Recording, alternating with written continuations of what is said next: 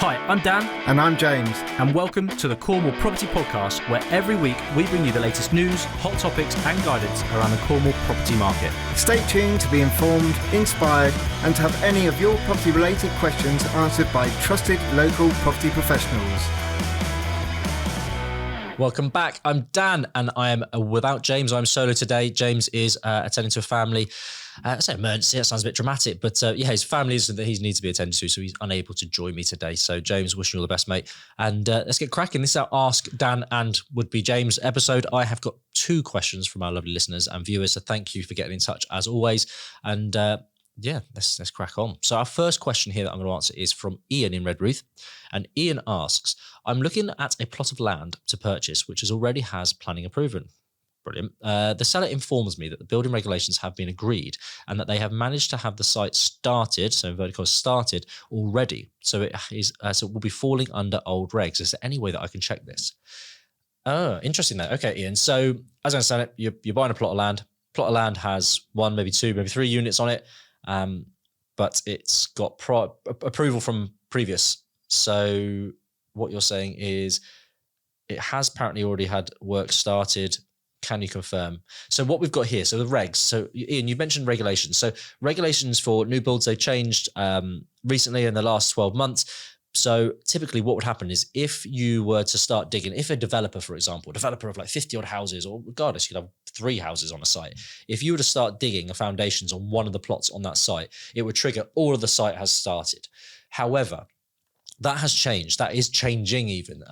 So much so that if developers were to start 1 unit, so 1 house on that plot of 50 or one of plot of 3, they would only have started plot 1 of the 3, which means plot 1 will be under the current regulations at the time of starting. However, if the others haven't started digging or there's no commencement dates signalled on the others, they would fall into new regs depending on when it starts. So for example, it is June the 15th, 2023. So June the 15th, 2023 is, so if you have started digging foundations of each individual plot by June the 15th, 2023, you will be able to get onto the old regulations, and that is every single plot gets under the radar there. It goes into that sphere, I suppose, of that umbrella. However, if you have only started plot 1 of 2, 3, 4, and 5 by the 15th, plot 1 can comply with that old reg. However, the others will not be deemed as have started. So they will then start falling into the new regs, which are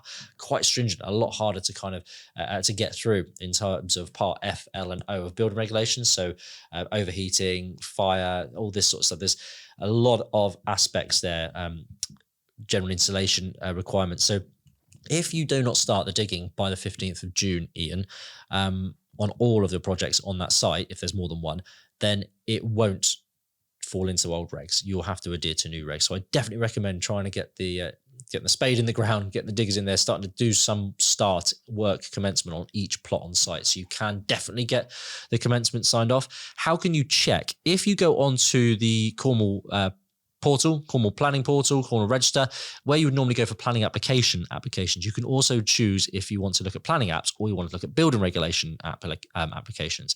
And then when you go onto the building regulation side, you can type in the site address or type in the, obviously if it has already got planning approved and it has, as you say here, had regulations agreed, then they should have a number, a building regulation number that you can type into the search bar. That will then identify the property. You can log into that or have any kind of documents that are in relation to that building control sign off. It'll also tell you who has been working with it, because it might be a private inspection, building inspector, it might be local authority.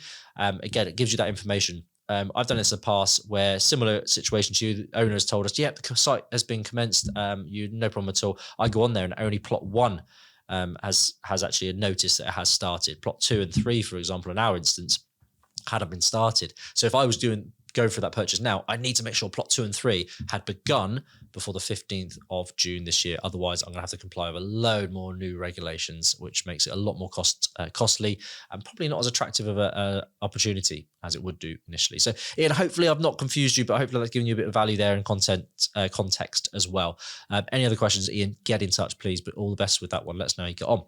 Second question then, and this is from Heather. in St Austell. And Heather asks, I'm really inspired by your podcast, guys. Thank you, Heather. And the great work you have been doing on your own developments. Thank you. I'm a property novice myself and would like to ask where and how I can get started myself. What would you recommend I do first? Oh, thank you for the kind words, Heather. I think first of all, the first thing to think about is, what do you want to get out of property? Like, what makes it attractive for you? Is it the cash flow? Are you needing to sort of maybe replace your job? Or is it you're just looking for another way of putting some money away for a pension? And, property increases over time in value, and that's going to be your pension pot. Maybe that's the thing. So I think it's very, very important to get very clear on exactly, well, what do you want to get out of property in the long term? So it might be both of those, which is not a problem. There's no wrong answer. It's just finding out what motivates you and what you require.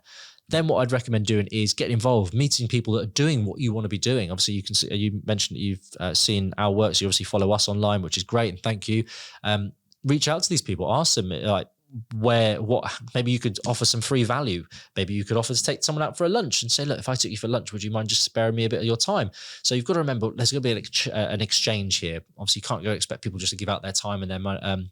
Their time is money for them, for nothing. So maybe there's something you could exchange if you've got some sort of value that you offer to them.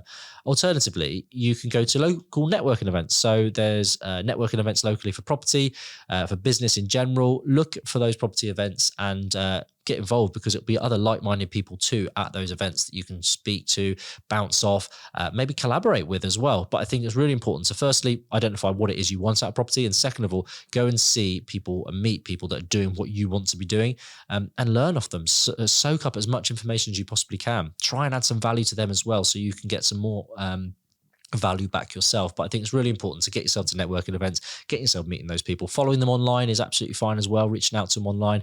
I've met so many fellow developers and investors online just through social media, and again, it feels like we've known each other for ages, a bit like online dating I've never done, but I promised my wife. But yeah, I think it's really important that you just go get mingling with people doing what you want to be doing and learn as much as you possibly can. But Heather, we've actually got some networking guests coming on in the next couple of weeks. So bear with us and you'll learn a lot more about possible networking opportunities locally to us in Cornwall too. But hopefully that helps, Heather. And any further questions, as always, do reach out as you have done already. And for those of you that want to have your questions answered on a next episode, please do get in touch as Ian and Heather have done.